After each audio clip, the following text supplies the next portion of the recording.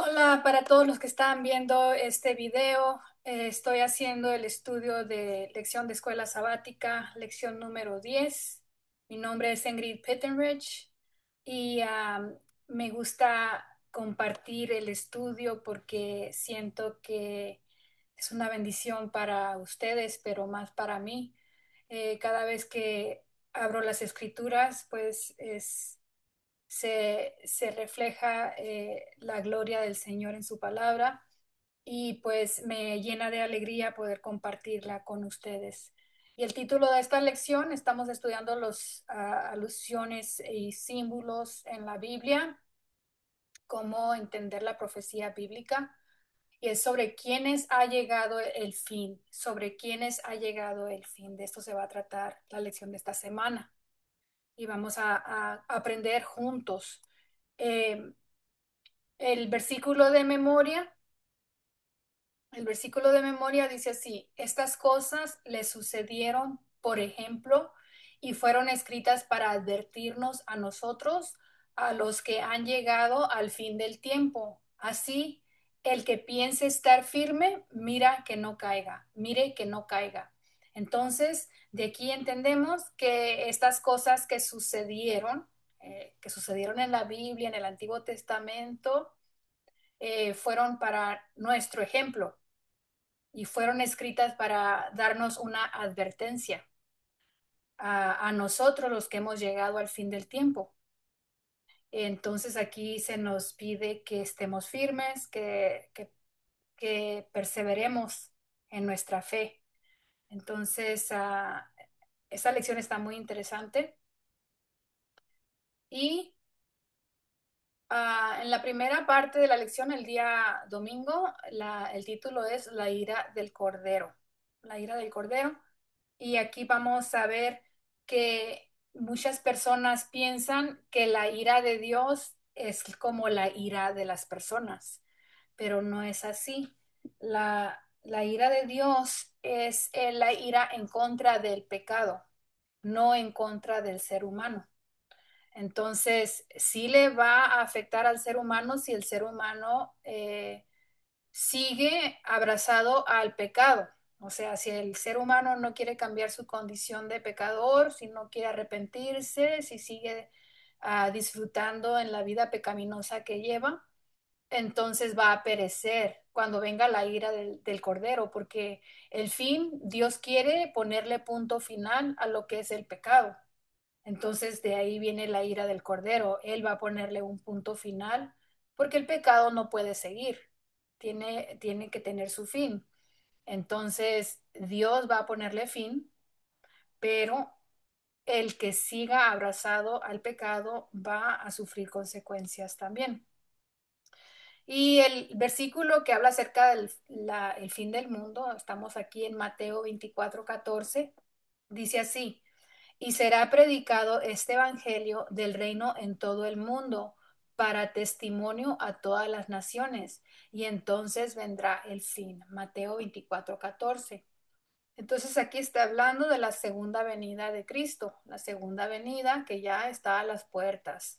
Esto falta muy poquito, no podemos poner fecha, no sabemos la hora ni el día, pero las advertencias que el Señor nos dio en su palabra ya se están cumpliendo. Principalmente esta parte donde dice que será predicado este evangelio. Obviamente con el internet, con la inteligencia artificial, esto de predicar el evangelio en diferentes idiomas y llegar al mundo por medio del celular o de la computadora, de la televisión, está creciendo exponencialmente, o sea, es una cosa rápida y grande. Entonces, esta, esta cosa de que el Señor viene está muy obvio. Bienvenida, Marisela. Bienvenida. Gracias, sister. Gracias por conectarte. Entonces, seguimos con el estudio. Antes del fin, todos conocerán el Evangelio. Va a llegar a todos los oídos de todas las personas sin faltar ninguno. Todos escucharán sobre el Evangelio. Todos tendrán la oportunidad de tomar una decisión a favor de Jesús o en contra de Jesús. ¿Van a seguir a Jesús? ¿Van a adorar a Jesús o van a adorar a la bestia y a su imagen, a las cosas de este mundo? Todos van a tener que tomar una decisión. ¿Van a adorar a Dios o van a seguir con sus tradiciones de hombres? Mari, si quieres leer Mateo 24 del 36 al 37. Sí, dice, pero el día y la hora nadie sabe, a ver, nadie sabe, ni aun los ángeles de los cielos, sino solo mi Padre. Pero como en los días de Noé, así será la venida del Hijo del Hombre. Mateo 24, 36 al 37. Entonces, así como estábamos leyendo el versículo de memoria hace rato, el versículo de memoria decía que estas cosas que sucedieron en el Antiguo Testamento fueron como ejemplo y fueron escritas para darnos advertencia a nosotros, a los que hemos llegado al fin de los tiempos. En este versículo ya podemos leer aquí que el día y la hora nadie lo sabe, de eso ya decimos que nadie puede poner día ni hora, ni aun los ángeles del cielo. Pero dice aquí ya una advertencia, dice, pero como en los días de Noé, así será la venida del hombre. Entonces lo que vamos a hacer es ver qué es lo que pasó durante el tiempo antes de que viniera el diluvio, para darnos una idea de qué es lo que va a pasar a nosotros en nuestro tiempo. Primero, enfatizar que el día y la hora de la segunda venida nadie lo sabe, porque allá hay gente poniéndole día a la segunda venida de Cristo y eso nadie lo puede hacer. Hay que tomar algunas consideraciones, sí, en las cosas que estamos leyendo, como este ejemplo de los días de Noé, pero no podemos ponerle tiempo. ¿Y cómo era en los días de Noé? ¿Cómo era? Voy a leer el versículo de Mateo 24, del 38 al 39. Dice así, porque como en los días antes del diluvio estaban comiendo y bebiendo, casándose y dándose en casamiento hasta el día en que Noé entró en el arca. Y no entendieron hasta que vino el diluvio y se los llevó a todos. Así será también la venida del Hijo del Hombre. Así que no tiene nada de malo casarse o comer.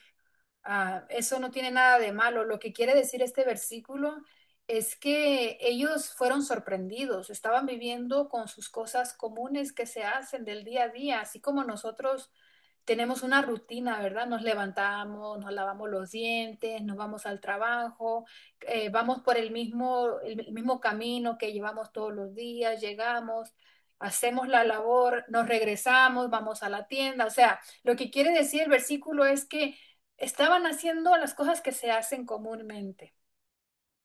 A pesar, todos conocían ellos, las personas que fueron destruidas con el diluvio, ellos habían escuchado la predicación de Noé. Ellos habían escuchado que el mundo iba a ser terminado en agua. Así que no quedó que porque no hayan escuchado o no hayan sabido, porque todos sabían la predicación de Noé. El arca que se construyó era un testimonio para las personas. Entonces no era de que no sabían. 120 años escucharon acerca del diluvio. Va a venir un diluvio, decía Noé, arrepiéntanse, va a venir un diluvio, pero no se arrepintieron. Y en realidad, la predicación de Noé no era para condenar al mundo, era para salvar, era el evangelio en ese tiempo, era para que se salvaran, el que entrara en el arca se iba a salvar. Entonces la predicación de Noé era de que entraran en el arca, pero no se arrepintieron y fueron sorprendidos por el diluvio. Así también va a ocurrir acerca de la segunda venida de Jesús.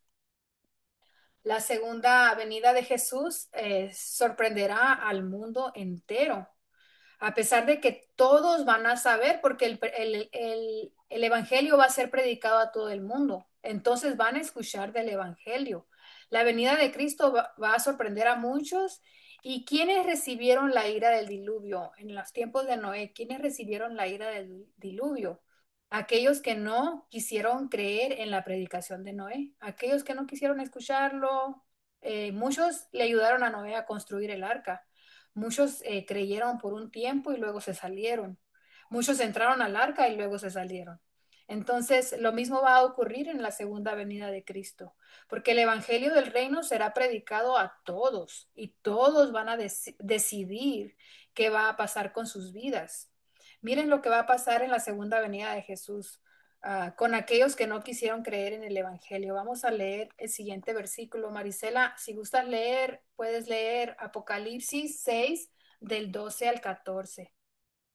Dice, miré cuando abrió el sexto sello, he aquí que hubo un gran terremoto, el sol se puso negro como tela de cilio, y la luna se volvió toda como sangre, y las estrellas del cielo cayeron a la tierra como la higuera deja caer sus higos cuando sacude un fuerte viento, y el cielo se retiró como un libro que se enrolla, y todo monte y toda isla se removió de su lugar. Apocalipsis 6 12 al 14. Gracias. En otras versiones dice, y el cielo se enrolló como un pergamino. En esta versión dice, y el cielo se retiró como un libro que se enrolla. La segunda venida va a ser un acontecimiento sorprendente. Y los que no aceptaron el mensaje de Dios no se van a preguntar, ellos no van a decir así cuando salgan para afuera, ¿qué es esto? O sea, ellos van a saber lo que es, no van a estarse cuestionando, no van a decir, oh, ¿qué está pasando? No, porque ellos ya escucharon, ya sabían que Jesús iba a venir, lo escucharon de los hijos de Dios. O sea que el mensaje lo escucharon, pero ellos tomaron la decisión de no aceptarlo. Voy a leer a ustedes Apocalipsis 6 15 al 17. Déjenme ver. Y los reyes de la tierra, y los grandes, y los ricos, y los principales de los ejércitos, y los poderosos, y todo siervo, y todo libre, se escondieron en las cuevas y en las peñas de los montes, y decían a los montes y a las peñas, caed sobre nosotros y escondednos del rostro de aquel que está sentado en el trono y de la ira del cordero porque el gran día de su ira ha llegado, y quién podrá sostenerse en pie. Porque aquí donde dice, decían a los montes y a las peñas, aquí donde dice, caed sobre nosotros y escondernos del rostro de aquel que está sentado en el trono y de la ira del cordero. Ellos saben que Jesús está viniendo. Y aquí dice que todos, los ricos, los pobres, los principales de los ejércitos, los poderosos, los siervos, los libres, toda la gente en el mundo sabe que Jesús viene. Mas, sin embargo, dice aquí que quieren morirse desesperadamente. Ahí ellos son conscientes, ahí es cuando son conscientes de su mala decisión. ¿Y quién podrá sostenerse en pie? Dice el versículo. Qué lástima, ¿verdad? Qué pérdida. Rechazaron el Evangelio eterno y no puede ser de otra manera porque aquí dice, ¿por qué se quieren morir? ¿Por qué no? Porque ellos no pueden estar delante de la presencia de Dios. Por eso se quieren morir, porque no pueden estar delante de la presencia de Dios. Le voy a pedir a Marisela que lea segunda de Pedro 3 del 3 al 4. Sabiendo primero esto, que en los postreros días vendrán burladores, andarán según sus propios concupiscencias y diciendo, ¿dónde está la promesa de su venida? Porque desde que los padres durmieron, todas las cosas permanecen así como desde el principio de la creación. Gracias. Todas las personas que quieren morirse ahí cuando ven a Jesús venir, se quieren morir porque ellos saben que rechazaron el Evangelio. Y dicen, ¿dónde está la promesa de su venida? O sea que cuando uno les predica, cuando uno les enseña la Biblia, cuando lo ven en un video de YouTube, cuando van a la iglesia y les están predicando que Jesús viene, ellos dentro de sí se burlan y dicen, ¿dónde está la promesa de su venida? Dicen, nada ha cambiado y no va a venir Jesús. Están predicando lo mismo desde hace mucho. Yo tengo unas amigas del trabajo que ella dice lo mismo. Ay, dice, siempre están predicando lo mismo. Todo el tiempo dicen que Jesús va a venir y no viene. Pero mira, voy a leer el siguiente versículo. Segunda de Pedro 3:10. La Biblia es tan sabia. Bueno, Dios la hizo, ¿verdad? Es la verdad. Dice, pero el día del Señor vendrá como ladrón en la noche, en el cual los cielos pasarán con gran estruendo y los elementos ardiendo serán deshechos y la tierra y las obras en ella, que en ellas hay serán quemadas. Segunda de Pedro 3:10. Así como el ladrón llega a robar sorprendentemente cuando no te lo estás esperando, así va a ser la venida de Jesús. Por eso en los tiempos de Noé dice que seguían casándose, seguían haciendo lo que hacían. O sea, no había cambiado nada para ellos. Pero aquí también nos viene a decir a nosotros, va a venir así cuando menos te lo esperes, como ladrón en la noche. La segunda venida de Jesús sorprenderá al mundo.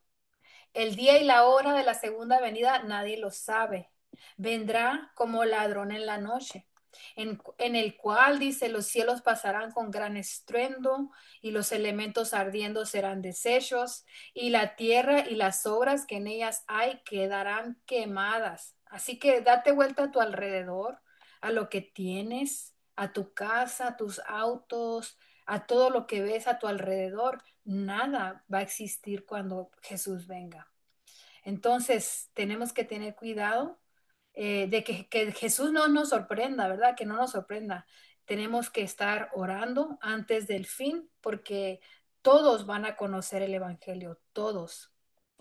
Entonces, vamos a pasar a la segunda parte del estudio que se titula La evangelización de Noé, la evangelización de Noé. Y hay que poner atención a esta parte porque así como en los días de Noé, se vuelve a repetir la historia. Pero en vez del diluvio, pues va a pasar la segunda venida de Cristo. Entonces, primero, antes de seguir, voy a hacer un repaso de lo que hemos visto. Antes del fin de todo, antes de que venga Jesús, todos conocerán el Evangelio. Todos van a escuchar que Jesús es amor y que Él murió para salvar al mundo. Todos van a escuchar eso y todos van a tener la oportunidad de arrepentirse. El día y la hora de la segunda venida nadie lo sabe.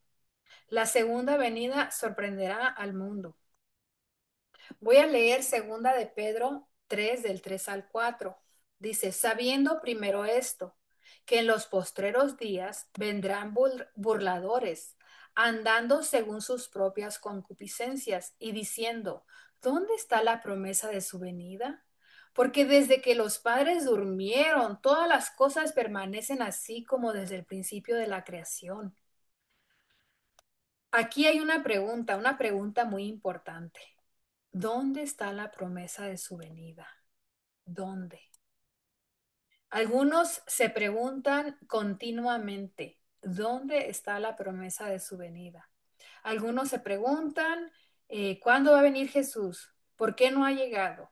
La gente dice, hace mucho tiempo que predican que Jesús viene y no viene. Se burlan.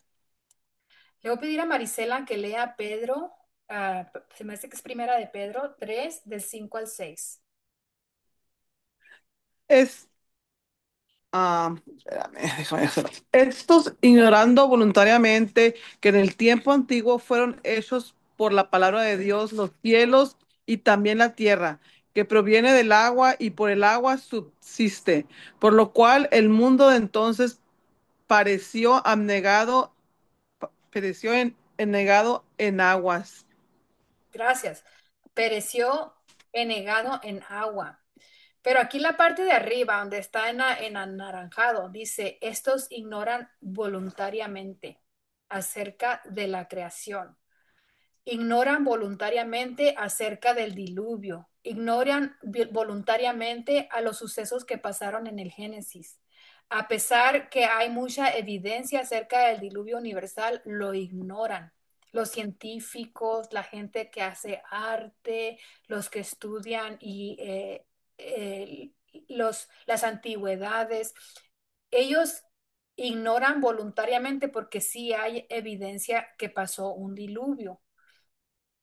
Más de 200 culturas tienen alguna descripción del diluvio. Tú vas a cualquier país del mundo y ellos te van a hablar acerca de un diluvio, lo que demuestra que después del diluvio, cuando las personas comenzaron a expandirse, en su mente llevaron lo que escucharon del gran diluvio universal que pasó en el mundo. Estos ignoran voluntariamente la realidad del diluvio, Pero no importa si hay burladores que se pregunten dónde está la promesa de su advenimiento, no importa que haya personas que ignoren voluntariamente la realidad del diluvio. Aquí en Mateo 24, 37, 39 dice, mas como en los días de Noé, así será la venida del Hijo del Hombre. Porque como en los días de antes del diluvio estaban comiendo y bebiendo, casándose y dándose en casamiento, hasta el día en que Noé entró en el arca y no entendieron hasta que vino el diluvio y se los llevó a todos. Así será también la venida del Hijo del Hombre. No van a entender. Aunque se les predique continuamente que Jesús ya viene, no entienden. Le voy a pedir a Marisela que lea Génesis 6 del 11 al 12. Dios, Dios perdón, y se corrompió la tierra delante de Dios, y estaba la tierra llena de violencia. Y miró Dios la tierra, he aquí que estaba corrompida, porque toda carne había corrompido su camino sobre la tierra. Ay, tristemente. Gracias. Entonces se corrompió la tierra delante de Dios y estaba llena de violencia. Estaba llena de violencia. No está muy diferente a lo que está pasando ahorita. 120 años habían escuchado la predicación de Noé, 120 años. Los habitantes de la tierra se habían corrompido, estaban comiendo y bebiendo, casándose y dándose en casamiento. A pesar de la advertencia de Noé, los hombres siguieron con sus trabajos y placeres usuales. Qué lástima. Y no entendieron, dice el versículo, no entendieron hasta que vino el diluvio y se los llevó a todos. Así será también en la venida del Hijo del Hombre. Qué lástima. Tenemos que estar alertas porque el Señor nos da la advertencia. ¿Y qué debemos hacer? ¿Qué es lo que tenemos que hacer nosotros? ¿Qué debemos hacer para no ser sorprendidos? Debemos actuar como actuó Noé. Así es como lo que tenemos que hacer, es lo que hizo Noé. Verás, les voy a leer lo que hizo Noé. Hebreos 11:7. Dice así, por la fe, Noé, siendo avisado por Dios acerca de cosas que aún no se veían, con temor preparó el arca en que su casa se salvase, y por esa fe condenó al mundo, y fue hecho heredero de la justicia que es por la fe. Es interesante aquí, por la fe Noé siendo avisado por Dios acerca de las cosas que aún no se veían. Las cosas que aún no se veían era de que el mundo nunca había llovido, nunca había llovido. Ellos no conocían lo que era la lluvia. Entonces, cuando Noé empezó a predicar que iba a venir un diluvio, ellos empezaron a burlar y no aceptaron lo que Noé dijo. Pero mientras Noé martillaba, hacía el arca, eso era un testimonio. Eso era la predicación de Noé. Por eso es importante que tenemos que aceptar lo que la Biblia dice acerca de la venida de Jesús por fe, así como Noé. Nada más por fe, porque si no creemos en Dios, si no creemos en su palabra, vamos a ser sorprendidos como fueron sorprendidos esas personas. Por la fe, por la fe, Noé aceptó la advertencia de Dios y se salvó junto a su familia. Ahora, esta parte se termina de la lección. Vamos a entrar a la siguiente parte que habla la historia de Sodoma y Gomorra, la historia de Sodoma y Gomorra. Estamos estudiando sobre quiénes llega el fin. Entonces ya estudiamos Noé, ya estudiamos Noé y ahora vamos a estudiar Sodoma y Gomorra, sobre quiénes ha llegado el fin. Y vamos a entrar a la parte de Sodoma y Gomorra. Le voy a pedir a Marisela que lea el capítulo segunda de Pedro 2:6. Y si condenó a las ciudades de Sodoma y Gomorra, reduciéndolas a cenizas, y las puso por ejemplo a los que habían de vivir impíamente. Gracias. Entonces, les puso como qué, las puso como qué, como ejemplos, dice aquí. O sea, Noé era lo que iba a pasar ahora antes que venga Jesús. Y Sodoma y Gomorra es lo mismo, son ejemplos, ejemplo a los que habían de vivir impíamente. Como ejemplos, esa misma idea está en Judas 1:7. Vamos a leer primera, pues nomás en Judas hay un capítulo, nomás hay un capítulo, Judas 1:7. Como Sodoma y Gomorra y las ciudades vecinas, que de la misma manera que aquellos, abusando y yendo en pos de vicios contra naturaleza, fueron puestas, por ejemplo, sufriendo la pena del fuego eterno. De nuevo, fueron puestas, por ejemplo. Lo que ocurrió con Sodoma y Gomorra es un ejemplo de lo que va a suceder con los que no aceptan el llamado de Dios en la segunda venida de Jesús. Eso es lo que va a pasar. Lo que pasó con Sodoma y Gomorra es lo que va a pasar con los pecadores. Y la ira, como dije al principio, la ira del Señor no es que Dios sea un Dios injusto o que esté enojado con la persona, no. Dios tiene que destruir al mundo. Dios tiene que destruir, perdón, al pecado. Dios tiene que destruir el pecado y ponerle punto final. Pero si las personas siguen abrazadas al pecado, se van a condenar con ti pecado. Tiene la persona que desprenderse del pecado para poder ver a Dios. Pero vamos a seguir. Le voy a pedir a Marisela que lea Apocalipsis 29. Y sabiendo sobre el ancho de la tierra y rodeando el campamento de los santos y la ciudad amada, y Dios descendió fuego del cielo y los consumió. Apocalipsis 21, 29. Dice, y subieron sobre el ancho de la tierra, y subieron sobre el ancho de la tierra, y rodearon el campamento de los santos y la ciudad amada. Y de Dios descendió fuego del cielo y los consumió. Aquí es después de los 1000 años. Esto sucederá y esto es lo que va a suceder con las personas que están fuera de la ciudad. Es lo mismo que sucedió a Sodoma y Gomorra. Dios descendió fuego del cielo y los consumió. Entonces, es lo mismo que sucederá. La advertencia de Dios es, los malvados serán destruidos. ¿Quiénes? Pues los que viven impíamente, los que están abrazados del pecado, los que siguen haciendo fornicación, los que van en pos de vicios. El versículo habla los que van en contra de la naturaleza. ¿Qué quiere decir ir en contra de la naturaleza? A ver, Marisela, piensa tú algo que es en contra de la naturaleza.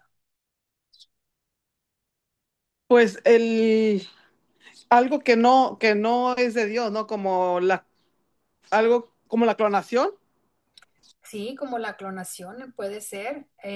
Algo que eso no es, no es como cuando concibe la persona un baby, ¿verdad? Un niño, sino al contrario, lo clonan, eso va en contra de Dios.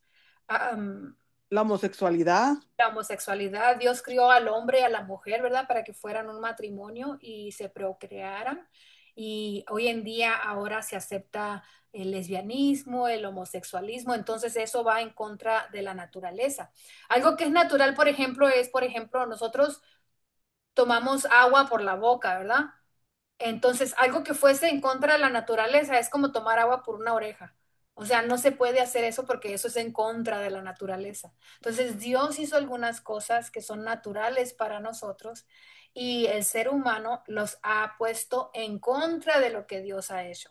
Entonces, eso es lo que está pasando ahorita en el mundo y por esta razón va a ser castigado el mundo. Entonces, voy a leer Romanos 1 del 18 al 20. Dice, porque la ira de Dios se revela desde el cielo contra toda impiedad e injusticia de los hombres que detienen con injusticia la verdad. Eso es muy importante, porque hay gente, hay iglesias en este momento que detienen con injusticia la verdad. Y el versículo sigue, por lo que, porque lo que de Dios se conoce les es manifiesto, pues Dios se los manifestó, porque las cosas invisibles de Él, su eterno poder y divinidad, se hacen claramente visibles desde la creación del mundo, siendo entendidas por medio de las cosas hechas, de modo que no tienen excusa. Lo que quiere decir este versículo es que Dios nos está advirtiendo desde Génesis, desde el principio. Ya nosotros estamos ahorita en Apocalipsis, el mundo está por terminarse. Y esto Dios nos ha manifestado desde el principio, dice, desde la creación del mundo. Bueno, sigamos. Voy a hacer un resumen pequeño. Todos vamos a tener que hacer una decisión antes de que venga Jesús. En este momento ya tenemos que hacer esa decisión para tener la vida eterna. Entonces, las personas que hacen la decisión lo hacen porque los que han creído en Jesús, los que han aceptado la Biblia, la palabra de Dios, los que han aceptado el sacrificio de Jesús en la cruz, estas personas son las que van a obtener la vida eterna. Pero los que han rechazado, los que se burlan de lo que la Biblia dice, van a ser destruidos. Pero todos, no va a ser excluido ninguno, todos tomaremos una decisión. Por eso la palabra de Dios dice, de modo de que no hay excusa. En el versículo que acabamos de leer dice que no hay excusa. La realidad es que cuando sean destruidos los pecadores, no tendrán excusa. Han tomado una decisión consciente de no escuchar la palabra de Dios. Y como no desean escuchar la palabra de Dios, ¿qué es lo que hacen? ¿Qué hacen porque no escuchan la palabra de Dios? Marisela, ¿puedes leer Romanos 1:25?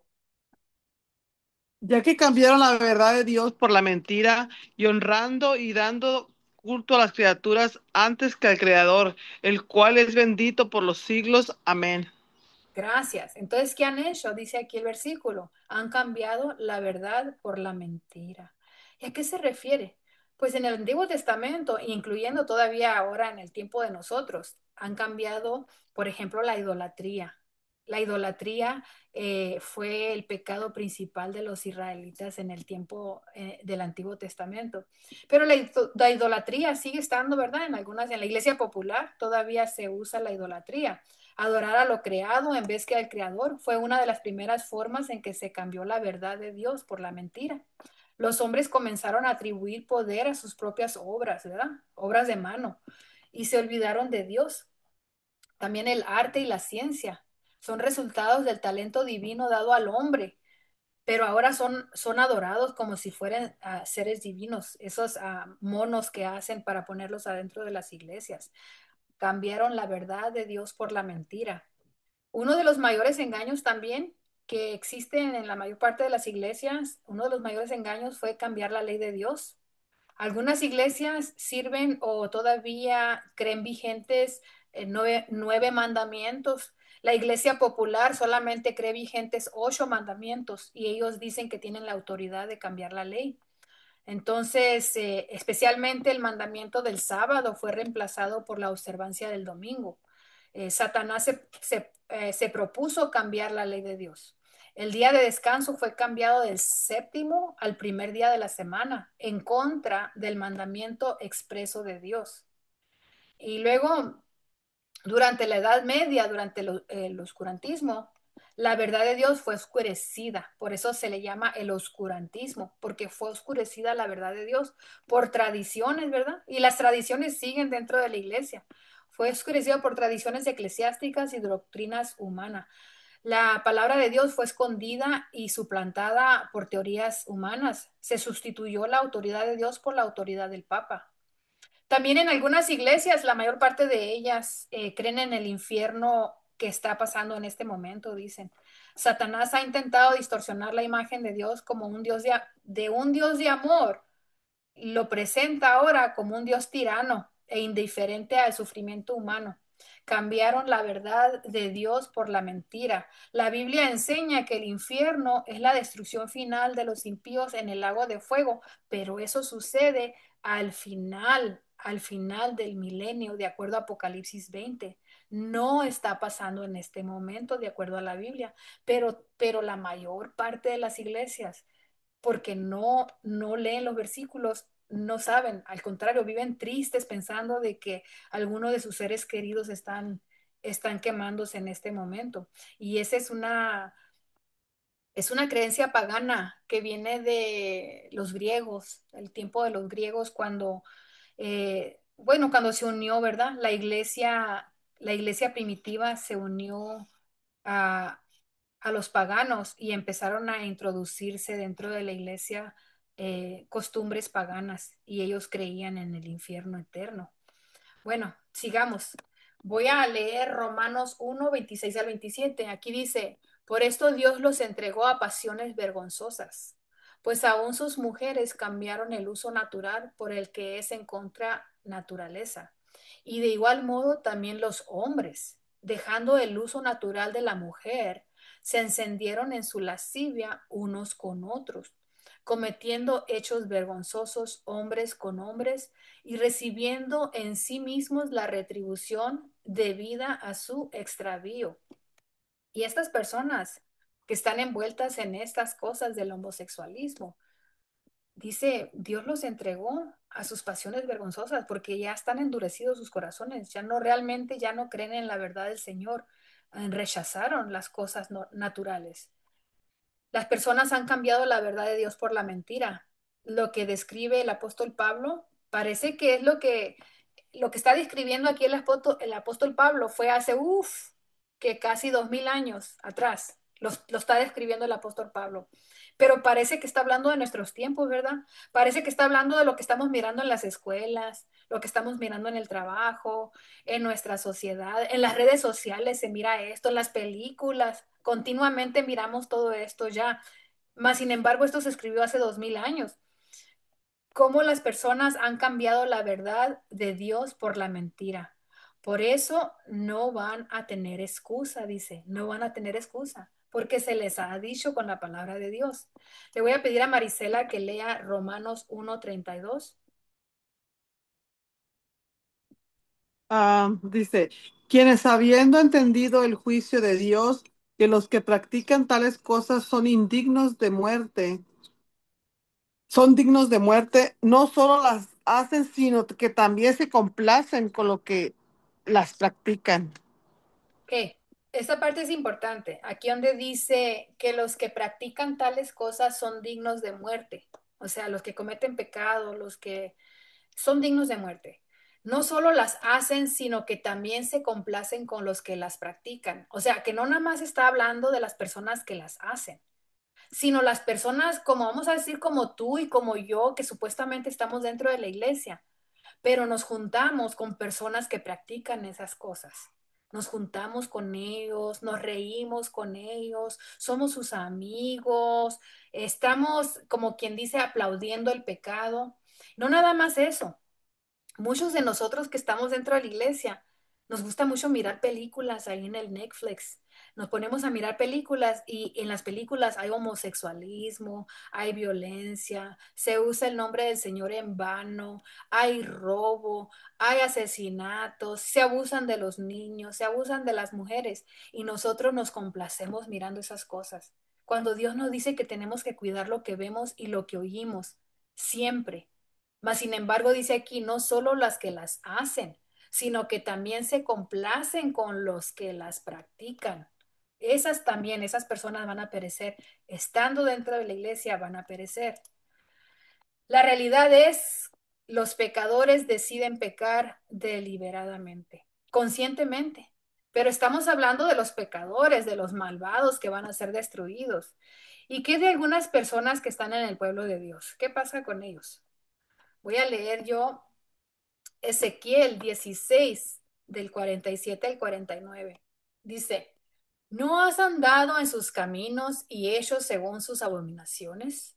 Antes bien, como si esto fuera poco, fuiste aún más corrompida que ellas en todos tus caminos.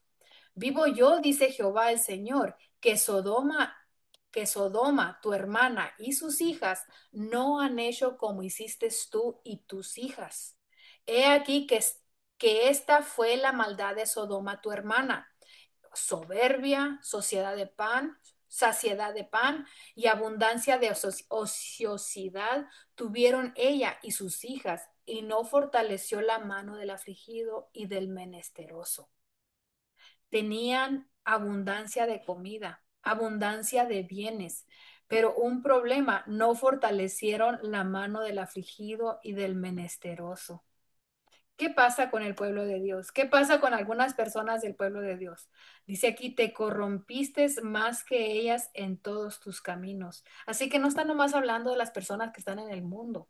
también está hablando de las personas que están dentro de la iglesia, esas personas que no quieren ayudar al prójimo. Vamos a ver cómo. Le voy a preguntar, le voy a decir a la Marisela que lea Ezequiel 16:15.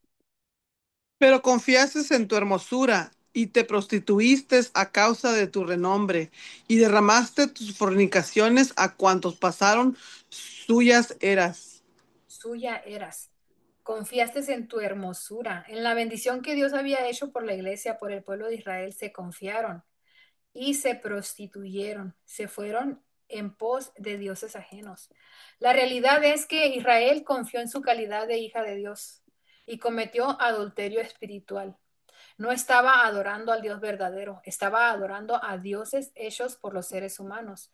Pero Dios es muy grande cuando alguien entra en un problema semejante, cuando alguna persona del pueblo de Dios comete un pecado, entonces Dios de alguna manera hace reflexionar, porque miren lo que pasó con el rey David, vamos ahí con el rey David, lo que pasó con él. Natán reprende al rey David.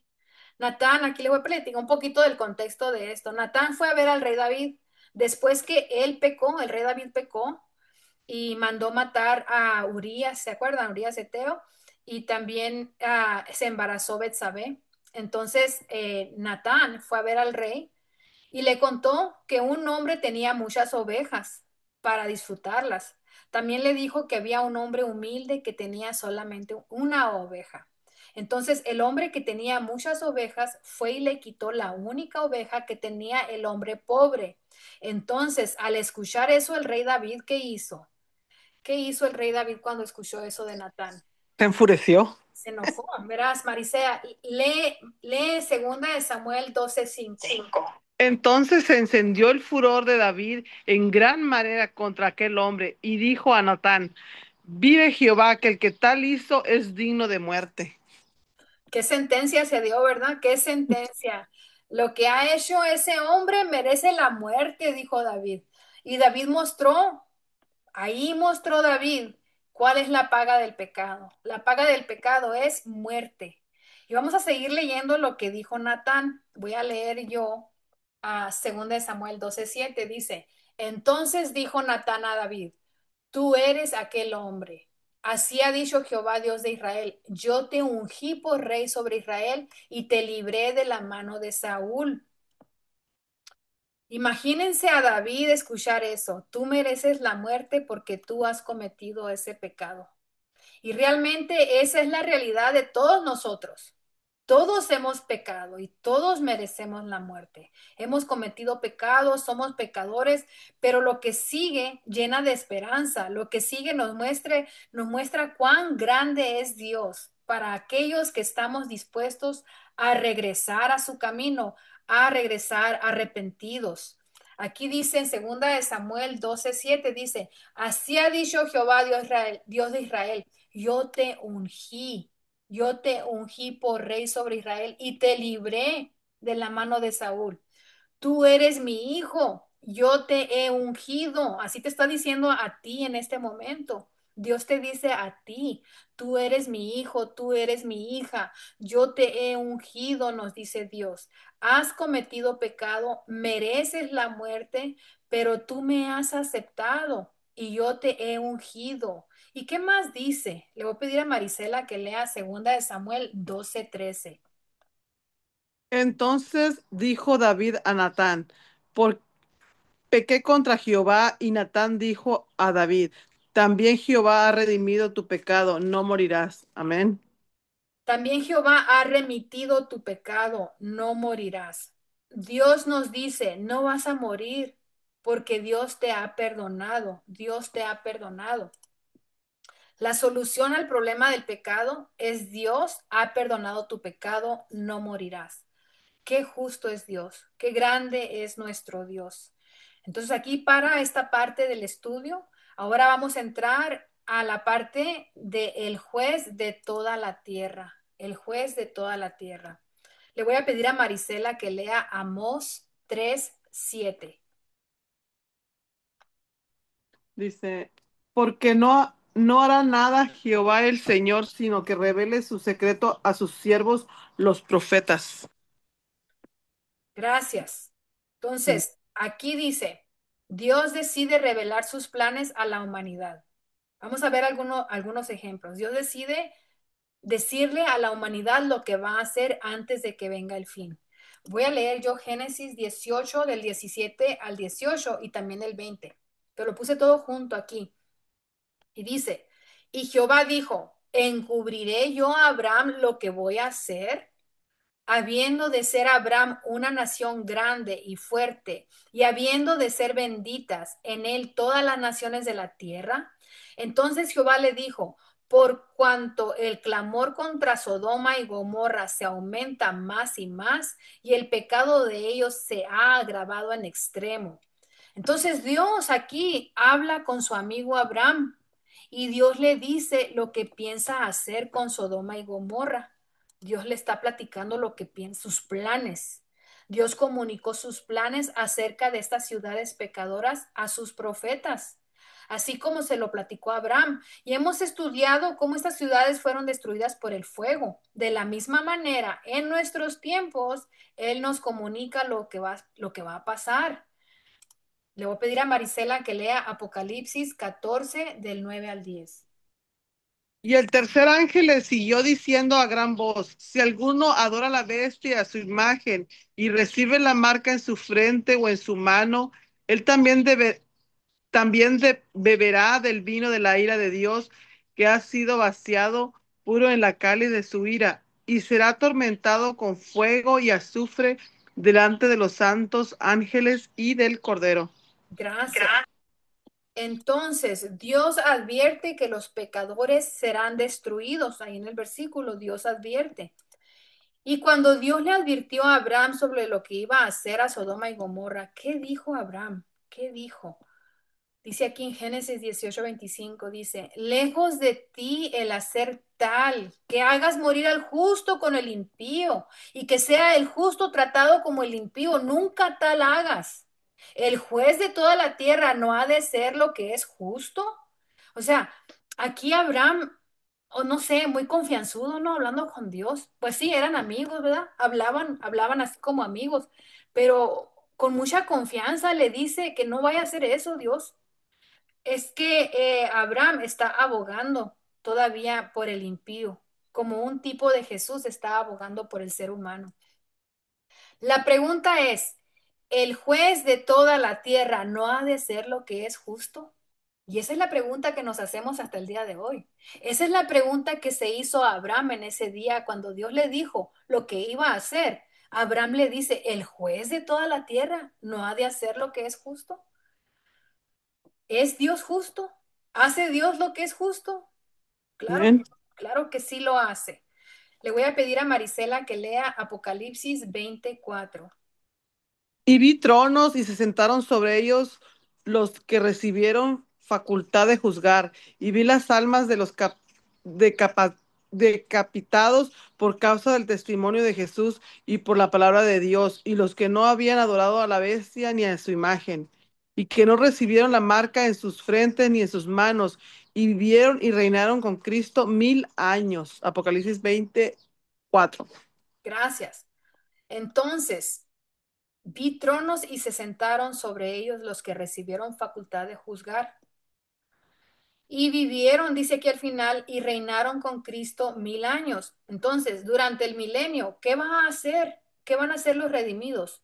Los redimidos dice aquí que van a juzgar. ¿Y a quiénes van a juzgar?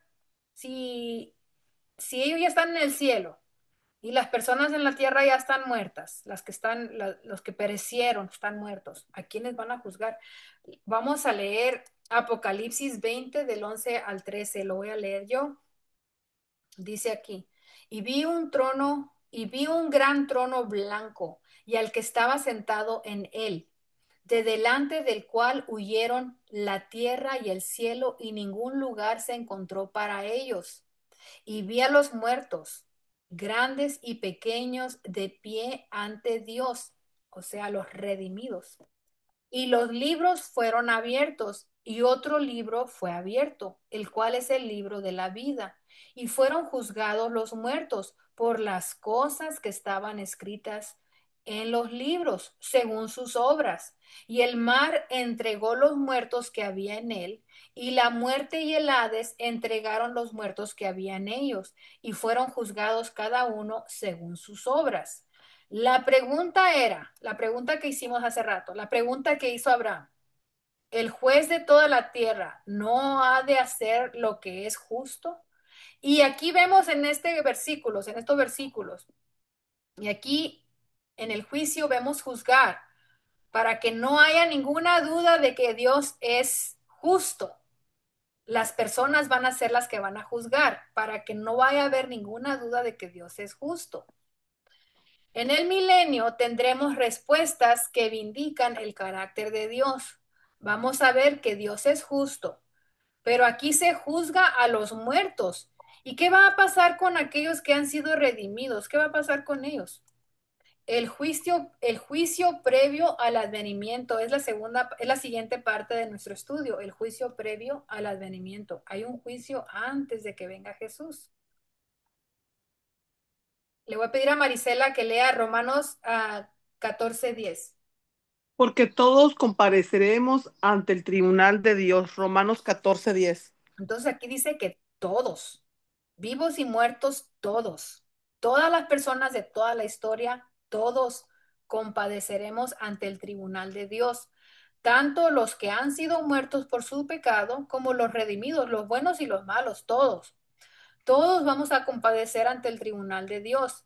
Y hemos visto que durante el milenio, durante ese tiempo, vamos a juzgar si Dios ha sido justo con los muertos.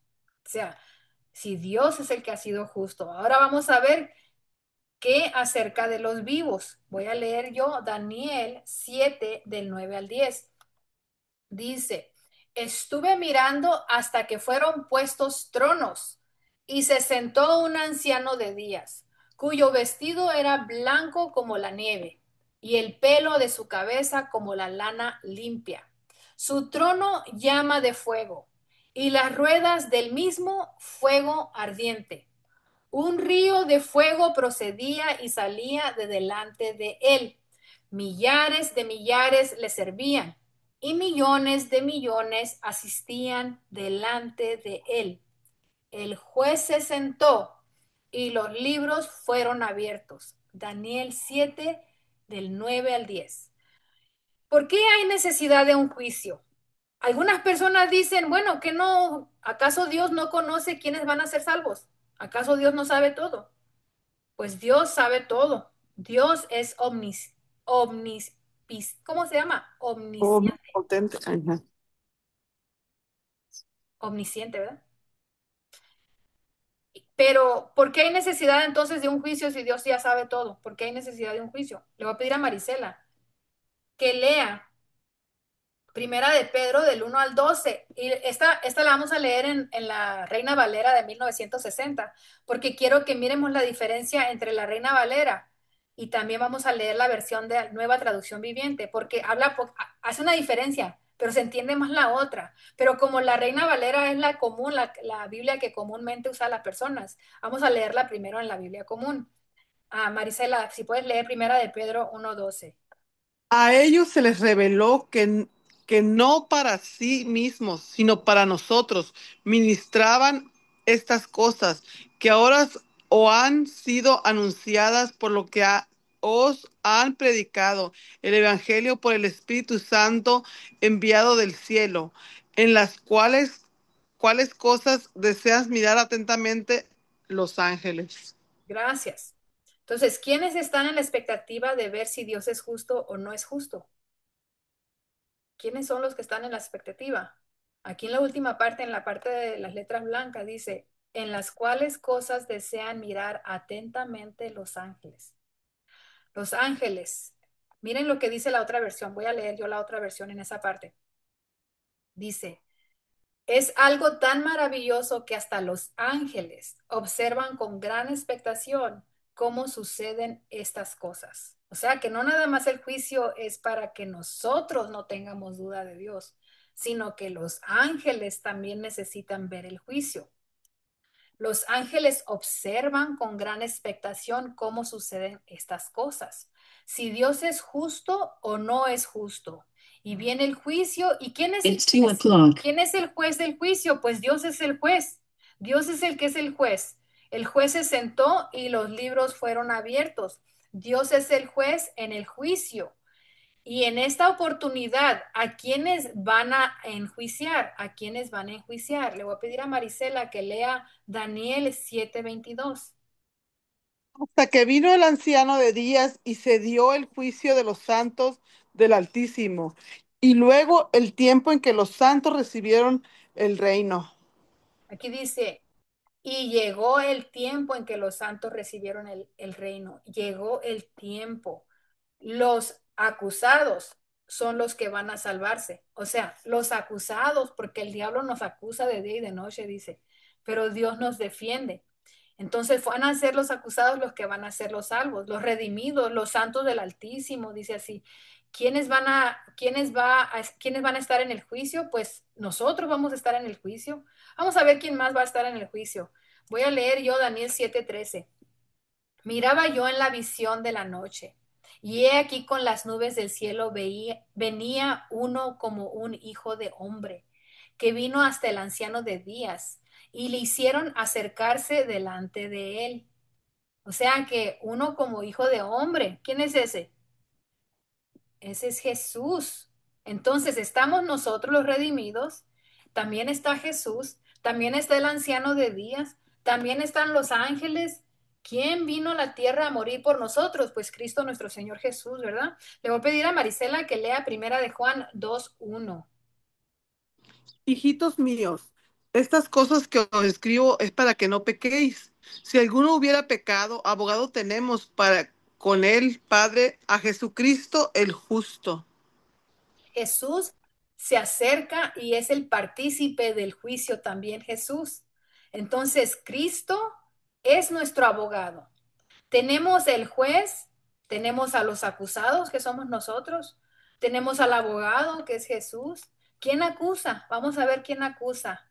Yo voy a leer Apocalipsis 12:10. Dice aquí, entonces oí una gran voz en el cielo que decía, ahora ha venido la salvación, el poder y el reino de nuestro Dios y la autoridad de su Cristo, porque ha sido lanzado fuera el acusador de nuestros hermanos, el que los acusaba delante de nuestro Dios día y noche. Imagínate tú, en este momento el diablo te está acusando. Nos acusan el día y nos acusan la noche, a todas horas. Él no tiene día de descanso, para él no existe el sábado. Entonces, él sigue acusando. ¿Quién nos acusa? El diablo nos acusa. Satanás es el que acusa.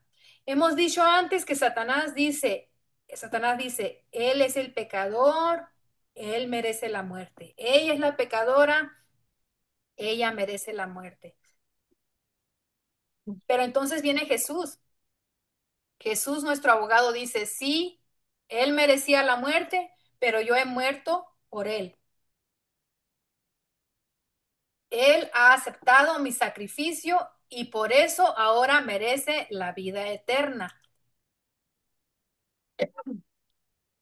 Vamos a ir al cielo solamente por el amor abnegado que Jesús nos tiene a nosotros. Le voy a pedir a Marisela que lea Daniel 7:22. Y llegó el tiempo en que los santos recibieron el reino. Entonces, por la perfecta justicia de Jesús, seremos justificados nosotros. Vamos a salir victoriosos del juicio. Lo único que tenemos que hacer es aceptar a Jesús como nuestro Salvador personal. Es lo único que necesitamos hacer. Tenemos que estar en constante comunión con nuestro Dios, constantemente. Todos los días tenemos que orar, todos los días. Orar sin cesar, dice el versículo. Si le amamos, si nosotros amamos al Señor, vamos a guardar sus 10 mandamientos. No lo vamos a guardar porque necesitamos guardarlos para ser salvos. No, lo vamos a guardar porque lo amamos a Él y amamos a nuestro prójimo. Porque los primeros 4 mandamientos tienen que ver con el amor a Dios. Y los últimos 6 mandamientos tienen que ver con el amor al prójimo. Y de eso es toda la Biblia. Toda la Biblia tiene que ver con el amor a Dios y con el amor al prójimo. Los redimidos van a guardar los mandamientos. Ojalá que nosotros nunca nos separemos de nuestro gran Dios y Salvador, Cristo Jesús.